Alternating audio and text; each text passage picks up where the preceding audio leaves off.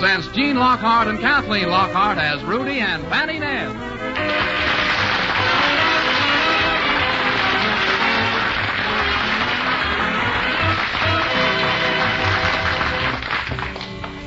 Ah, Fanny, that was a wonderful Sunday lunch today. How in the world did you make such delicious chicken salad? Oh, I made it with a can of tuna. Well, all I want to do now is listen to the World Series game. Oh, Rudy, why do you want to listen to an old ball game? Well, if I don't listen, how will I know what the score is? Well, Rudy, did you ever know?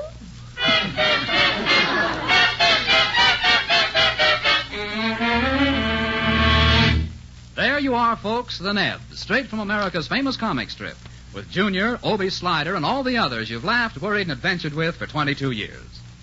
On this peaceful Sunday afternoon, we find the Nebbs at home, and Rudy is listening to the World Series. Here they are. Rudy, what are they yelling and swooning for? Why, they got 3 men on base and Greenberg's at bat. Now, shh. Oh, I thought they discovered Frank Sinatra in the crowd. Now, just be quiet, Fanny, and listen. Now the bases are loaded with 2 men out. Big Hank Greenberg is waiting for the next pitch. The count is 3 balls and 2 strikes, and here it comes. Greenberg connects with it, and the ball flies. Fanny! Oh, what's happened? Why, the radio's quit. Oh, what am I going to do? Maybe if I shake it. Oh, Rudy, what are you doing? Trying to make it into kindling? Quick, Fanny, get in my tool chest there while I locate the trouble. All right. I'll have to take some of these parts out. Let me see now. I'll put the tubes over here, and this gadget here, and these little screws. I've got to keep them separate. I'll just hold them in my mouth. Here are the tools, Rudy. Thanks. I'll have it fixed in no time. Oh, you won't if you keep swallowing those nuts and bolts. Well, now, Fanny, I've got to put them somewhere. There's no more room on the floor. Oh, I guess there is room on the floor at that. Well, now, you just get busy and pick all those up. Oh. You know our friends always drop in on Sunday afternoon. Yes. Anyway, I don't think you should be working at a radio on Sunday. Well, maybe I'll be forgiven if I get it fixed in time to listen to tonight's sermon. Now, let me see. Where does this piece go? It doesn't go there. That's a piece of Junior's roller skate. Well, it fits better on the radio. Oh, shucks, what an awful time for the radio to go haywire. Right at the most exciting part of the game, when the score was 1-1 in the third. Now, I'll never know what happened. You'll hear about it from Obie or Herb or Amby Potts or somebody. Amby Potts. Amby doesn't know a baseball from a grape. I like to get my baseball firsthand. Fanny, you wait till the new radios come out. I'll buy the best double reversible combination radio made. Absolutely non-static with FM every AM and PM. Oh, you'll probably have to wait. My new washing machine and the electric mixer come first. Why, the idea, Fanny. You can't hear radio programs on an electric mixer.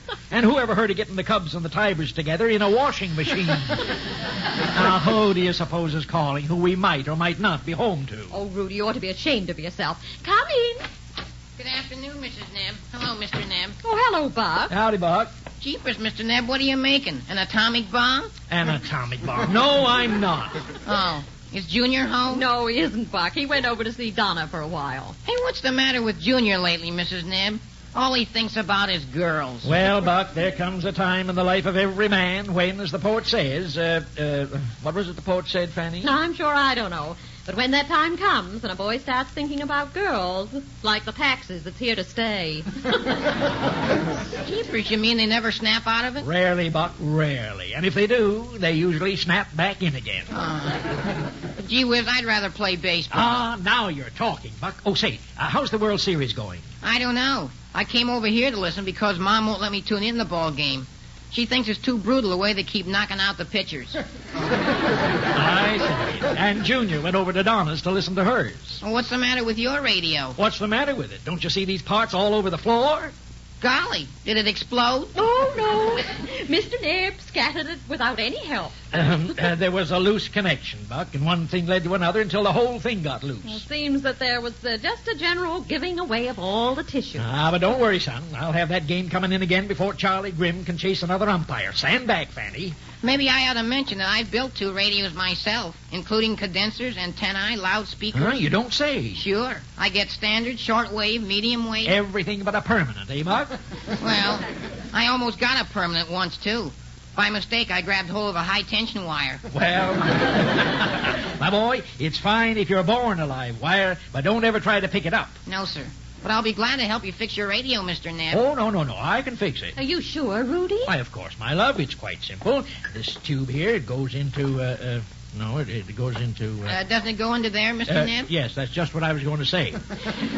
Then, now, this part fits into, let me see, It fits right into here, Mr. Nebb. Yes, that's what I thought. Now, hand me those pliers, Buck. Sure. Here. Ah, thanks. Now, I'll just snip this wire off a little here. Oh, hey, Mr. Nebb, you shouldn't have done that. Huh? What? You cut the cord that plugs into the wall socket. Oh. It probably got in his way, Buck. Let me show you how that goes, Mr. Nebb. You better let me have the pliers. Okay, my boy. I'll take over again when you get tired. You're a very talented boy, Buck. You play the piano too, don't you? A little. Say, I didn't know that. You play by ear or by note, Buck? By note, Mr. Nebb. Uh-huh. Now, how many notes are there on your piano? 15 on ours. We pay one every month.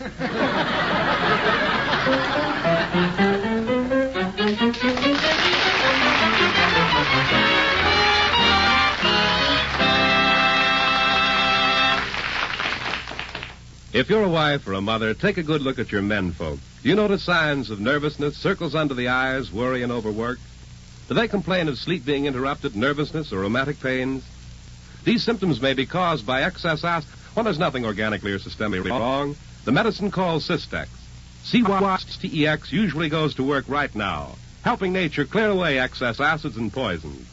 You must discover Cystex to be a quick and easy way to help remove excess acids through the blood, or your money back is guaranteed on return of the empty package. Get Cystex, CYSTEX, and take it as directed with a glass of water after each meal. See how much better you feel tomorrow.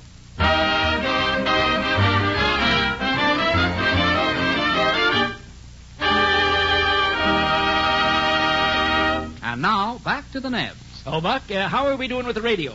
Well, right now I gotta check your terminals. And you had the tuning condenser where the dynamic speaker ought to be. Is that so? I guess I'm getting nearsighted. We'll have that ball game tuned in a few minutes, Mr. Nebb. Buck, that was a darling hat your mother was wearing last week. Do you happen to know where she got it? No, Mrs. Nebb. But Dad said wherever she got it, she should give it back to them. Now, Fanny, don't interrupt. I'll have to change the tubes around a bit differently from the way you had them, Mr. Nebb. Okay. I wouldn't be surprised, Buck, if you became a great inventor, like Mr. Edison. Fanny, will you please be quiet? Well, Mr. Edison was pretty good, all right. Hold this, will you, Mr. Nebb? Didn't Edison invent the first talking machine? No, Fanny, not the first one, but he did invent one that could be shut off. Fanny, answer the phone, will you? And find out what the score is. Hello? Yes, dear. Oh, just a moment. It's Junior, Buck. He wants to talk to you. Oh, gee, thanks. Excuse me a minute. Tell him to make it snappy, Buck. Hello? Junior? Hey, Buck, how'd you like to come over to Donna's house for a while? Well, jeepers, Junior. You've got Donna. What do you need me for? Well, I don't exactly need you, but Donna's got a girlfriend. Ah, but, Junior, I wanted to listen to the ball game. Well, I just found out there's something more fun than baseball. It couldn't be. Besides, right now I'm fixing your dad's radio. Tell him to hang up, Buck. Your father says to hang up, Junior. Oh, come on over, Buck. Donna's serving ice cream. Okay, you talked me into it. Goodbye, Junior. Come on, Buck. We're losing time. That series game won't wait. Oh, I'm sorry, Mr. Nebb, but I gotta go over to Donna's house and do Junior a favor. Why, you can't go off and leave my radio in this condition. We'll have it working in just a few minutes. But, Mr. Nebb, you said you'd take over when I got tired. And I think I'm tired right now. You're tired. Yeah, I think I need some refreshments. I'll see you later, Mr. Nebb. Goodbye. Well, how do you like that? Here I sit in the middle of the floor, in the middle of a country that has the finest communications in the world. We got telephones, television, teletype, and I can't tell what's happening between the Tigers and the Cubs. Oh, well, stop fuming and get busy, or you'll never get that radio fixed. Yeah, they call this a free country with free speech. Everybody's supposed to know what's going on. I pay my taxes, don't I? But do I know the score? Seems like we mentioned that before. I'm talking about the ball game, Fanny, and I'm thinking about... Oh, Come in. Fanny, why do you always tell everybody to come in when you don't know who's at the door? If it wasn't Sunday, I might be working here in my undershirt. Well, come in, Obie. Rudy, it's Obie Slider. Oh. Hello, Fanny. What's Owl Eyes doing? Come in and sit down, short change. Do you know anything about a radio? Well, I know enough about one to let it alone. What's the trouble? Rudy's found a loose connection. Well, I knew he had one. Never thought he'd find it. No wonder those correspondence courses Rudy took years ago didn't do him any good. Fanny, don't pay any attention to that waddling old gander. Correspondence courses? Obie, has Rudy been holding out something on me? No, but he thought the correspondence schools were holding out on him. No. Oh, I'll never forget the letter he wrote when he graduated. Obie, will you please be quiet? He wrote, "Dear Sir, I've taken all your courses. Now where's the brains you promised me?" Well, you antiquated angleworm, if you're so brainy, why don't you get down here and help me before the ball game's over? It's probably about the last half of the 7th inning by now. The last half of the 7th? Yeah. Well, time to stretch. I don't know why I'm always so tired on Sunday, unless it's from wading through them big Sunday papers. You're tired. How about me? This afternoon I've lost 10 pounds, 3 screwdrivers, and most of my interest in the ball game. Where's Junior? Was he smart enough to go someplace else to listen to the game? Junior heard the call of the wild. He went over to Donna's. Oh. Well, look, Nothing Ball. If you're so anxious to hear the World Series, why don't we go over to my house? Huh? We can hear the finish from there. Why, Obie, why didn't you think of that before? Fanny, would you like to come along? No, thank you, Rudy. I'd rather take a nap. Well, let's go, Rudy. There's nobody at my house but my good wife, Hepsy. In anybody's house, Obie, your good wife, Hepsy, would be quite enough.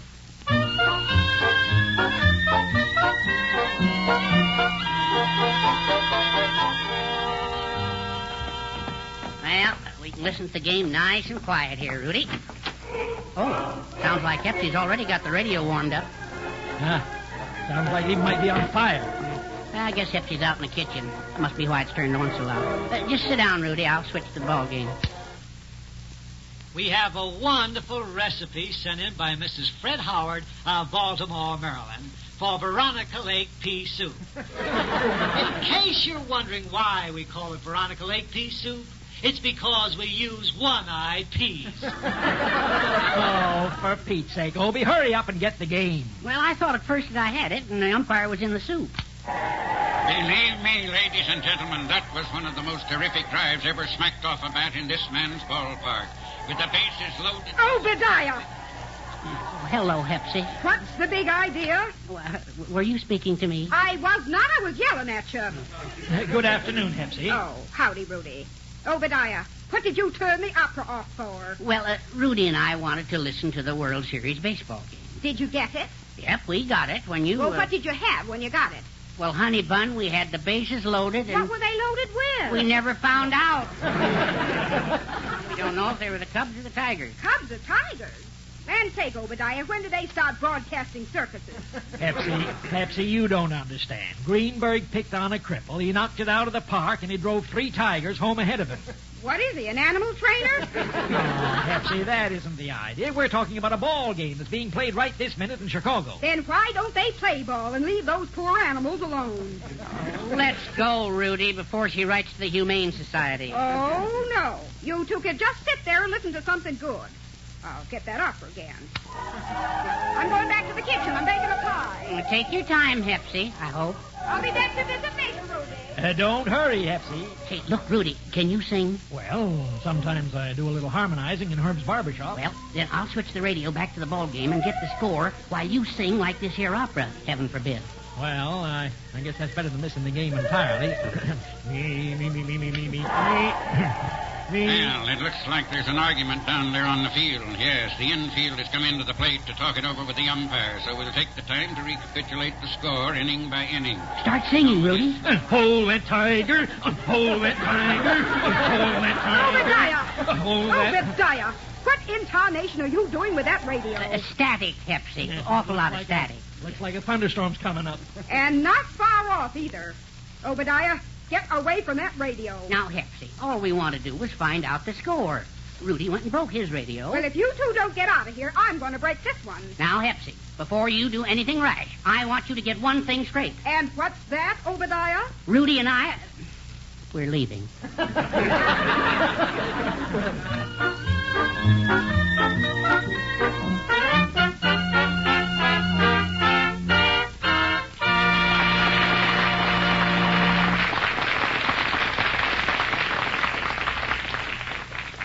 Are you one of the thousands of people who don't drink enough water?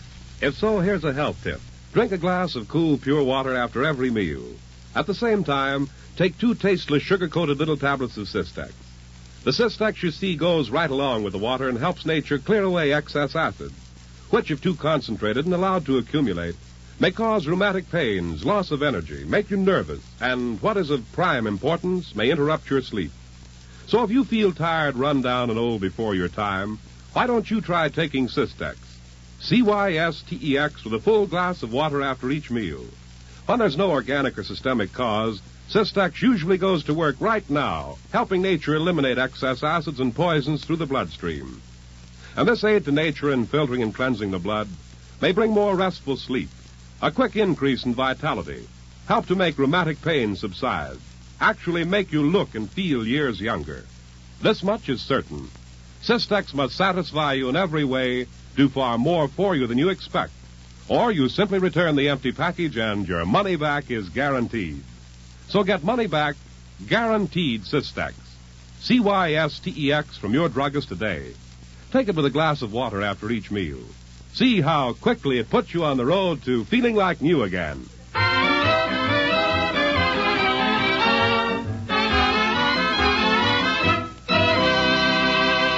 And now back to our story with Gene Lockhart and Kathleen Lockhart as Rudy and Fanny Nebbs.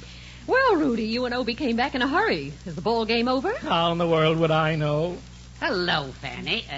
Looks like I'm going to have to help Rudy fix his radio. My goodness, what happened? Well, Hepsy wanted to listen to the opera. And just when Greenberg was about to hit a homer. Well, I don't blame her. Opera is much better than listening to somebody hitting poor Homer. Oh. You're all alike. Come on, Obie. If we work fast, there's still time to reassemble this radio and pick up the last part of the game. Well, right now, I must say the game is sure spread all over the floor. Oh, there goes that bell again. Maybe it's somebody who knows the score. Come in. Well, it's Herb. Howdy, folks, howdy. How come you're not at the barber shop, Herbie? Can't see why I should be at the barber shop. Can't see why. It's Sunday. Or what day is it? Well, that's right. I forgot. Herb, what's the score? Score? What score? Oh, the score, yes. What's that? The score of the baseball game. Oh, the baseball game. Never listened to baseball games. Always got my ear to the ground, though. Sounds like you got it in the mud. Herb, don't you know the Chicago Cubs and the Detroit Tigers are deciding who's to be the world's champion? Can't say as I do. No, can't say. Thought Joe Louis was world's champion. Herb, I think you keep up with sports just about like I do. Yes, I do. Yes, I do. Up with one last night. Sure keep on. Rather go to bed, though. Oh, you don't have to. You're asleep right now. We're trying to fix the radio so we can find out how the game's going. Oh, yeah. Wish it said so. Yeah, wish you had. Might have had it all fixed while you were, no, don't think it would. Gosh, Herb. Do you know how to fix a radio? Yeah. Oh, yes, so, just so. Well, let me see, Rudy. How's that dude you got working you got right there? It doesn't. That gadget Obie's putting on there's too tight for the thingamabob. Besides, Herb, that she-bang under the doodiddle squeak. Yeah, just so. Well, better twist it around. Yeah, how's that? Yeah, fine, just fine. Don't think it did any good. Say, we'll have this radio working in no time. What'll I do now, Herbie? Oh, let me see. Had it right on the tip of the tongue. Right on the tip. It fell off, though. No. That's a screwdriver you got in your mouth there. Oh, yes. Just what I wanted. Yeah. Oh, there. Hold the screwdriver. Yeah, got it. Rudy, you get the chisel and hammer. Yeah, sure thing, Herb. Yeah, just so. Now you knock off that little doolittle here. No good anyway. This gadget here? Yeah. Okay, here goes. Hey, we got the darn thing together. Now we'll find out what the score is. Now, what to play, ladies and gentlemen, what to play? It works. By golly, it works. One out into deep left. And well, maybe if I turn this thing half. No, Herb. No, let it alone. It's working fine. Herb! Well, Chibusted, what's that sticking out of your mouth, Rudy? Tube or the loudspeaker?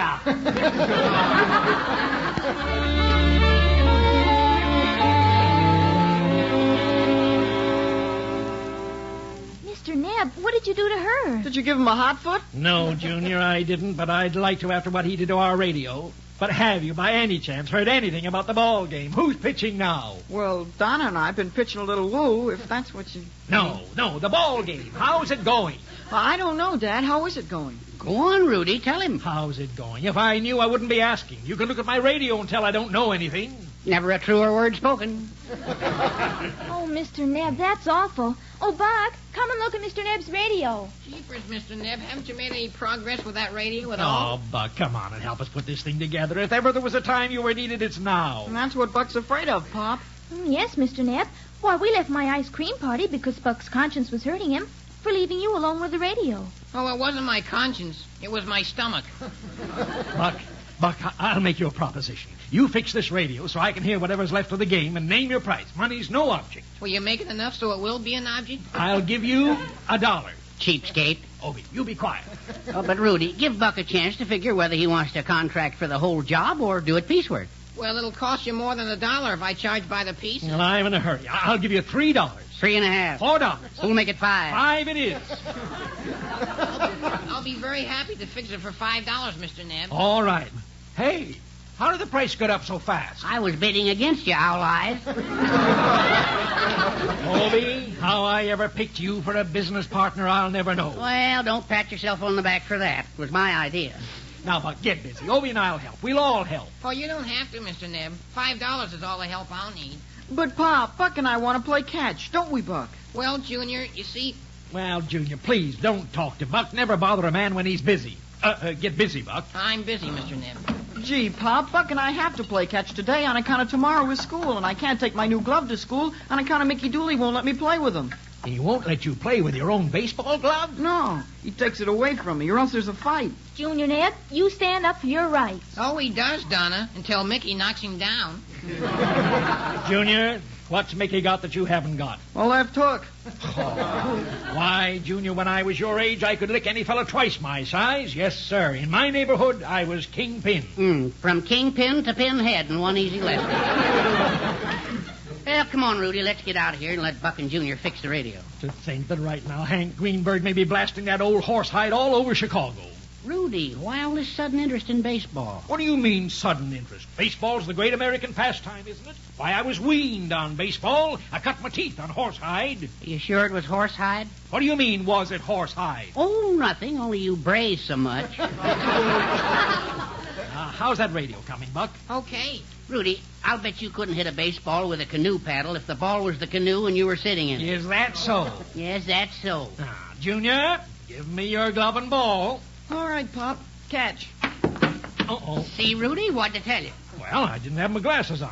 Come on, Obie. While Buck's fixing the radio, you step outside with me and I'll show you some big league stuff. Okay, Greenberg. Oh, Pop, can't I come out and play, too? Now, Junior, you either help Buck, entertain Donna, or study your homework for school tomorrow. That's right, Junior. Rudy wants you to be smart so he'll make a good impression on that pretty teacher you've got. You mean Miss Whitaker? That's the one. Ow! Obie, hush up. Oh, that Miss Whitaker is the only woman I've ever seen who can make a pair of false eyelashes look honest. Obie, let's go outside and play ball. Coming, Father. But that Miss Whitaker. Oh, jeepers, I'm glad they've gone. Now maybe we can get this radio fixed. I don't think Mr. Slider makes a very interesting wolf. Do you? No, his howl has a crack in it. You shouldn't say that, Junior. Unless you're jealous, of course. Me? Jealous? Now, Donna, don't get the wrong impression. Anyway, Miss Whitaker is practically an old maid. Why, she must be 22.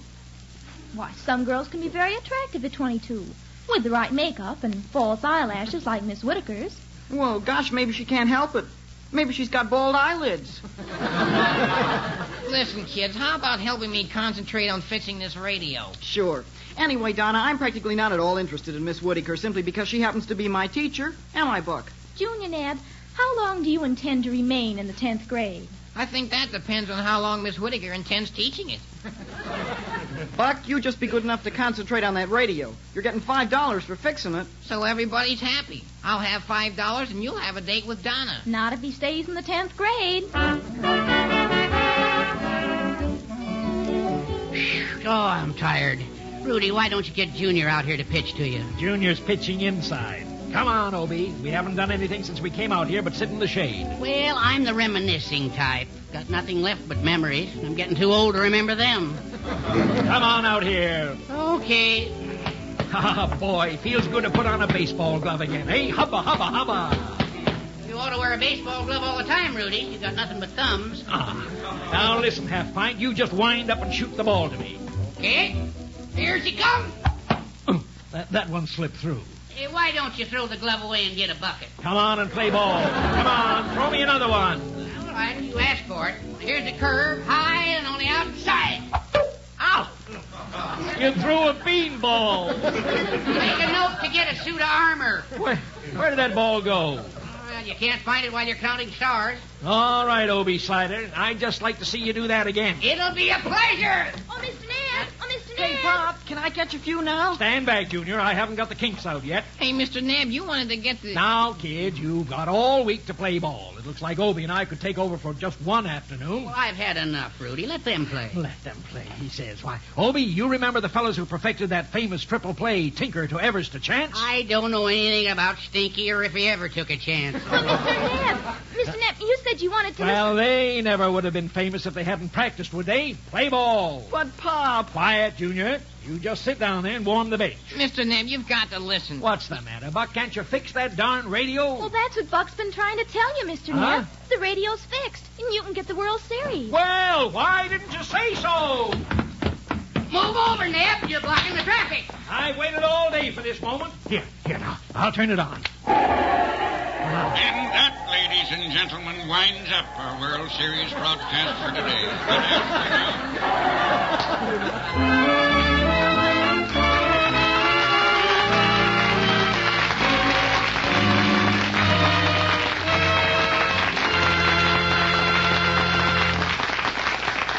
The Nebbs will be back in just a moment. Faith and hope are two important characteristics necessary to health, happiness, and success. Without hope, we lack the courage to try. Without faith, we give up too soon. So if you feel tired, nervous, run down, worn out, older than your years, if you suffer from rheumatic pains, or if your sleep is frequently disturbed without organic or systemic cause, I firmly believe that you have a great deal to gain by pinning your faith and hope on Cystex. Cystex.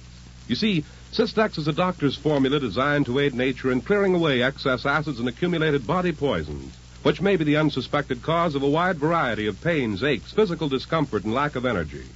Thousands of men and women in the United States and throughout the world who are tired and discouraged are now finding new joy in living simply because they had hope and tried Cystex. This much is certain. Cystex must help you quickly and surely, must prove worth far more than the small cost, or you simply return the empty package and your money back is guaranteed. So get money back, guaranteed Cystex from your druggist today. Take it exactly as directed with a glass of water after each meal. See how quickly it puts you on the road to feeling like new again.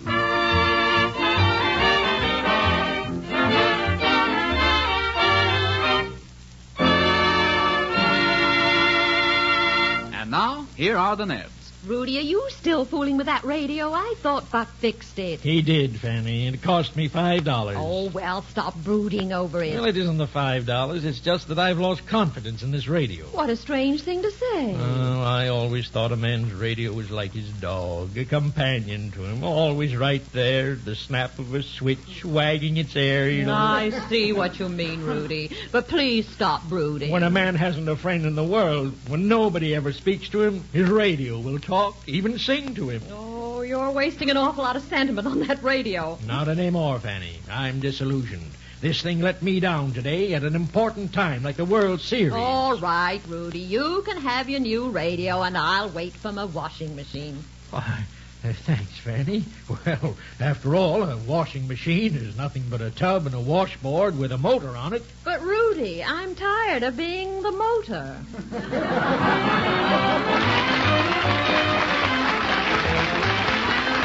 Join us next Sunday, same time, when Cystex again presents Gene Lockhart and Kathleen Lockhart as the Nebbs. If you'd like to attend one of these broadcasts and meet Gene and Kathleen Lockhart in person, write to radio station KHJ Los Angeles 38 for tickets. Nebbs are created by Saul Hess and are supervised for radio by the Bears. This is Tom Dixon saying goodbye for Cystex. Read the Nebbs every day in the Los Angeles Examiner. This is the Mutual Broadcasting System.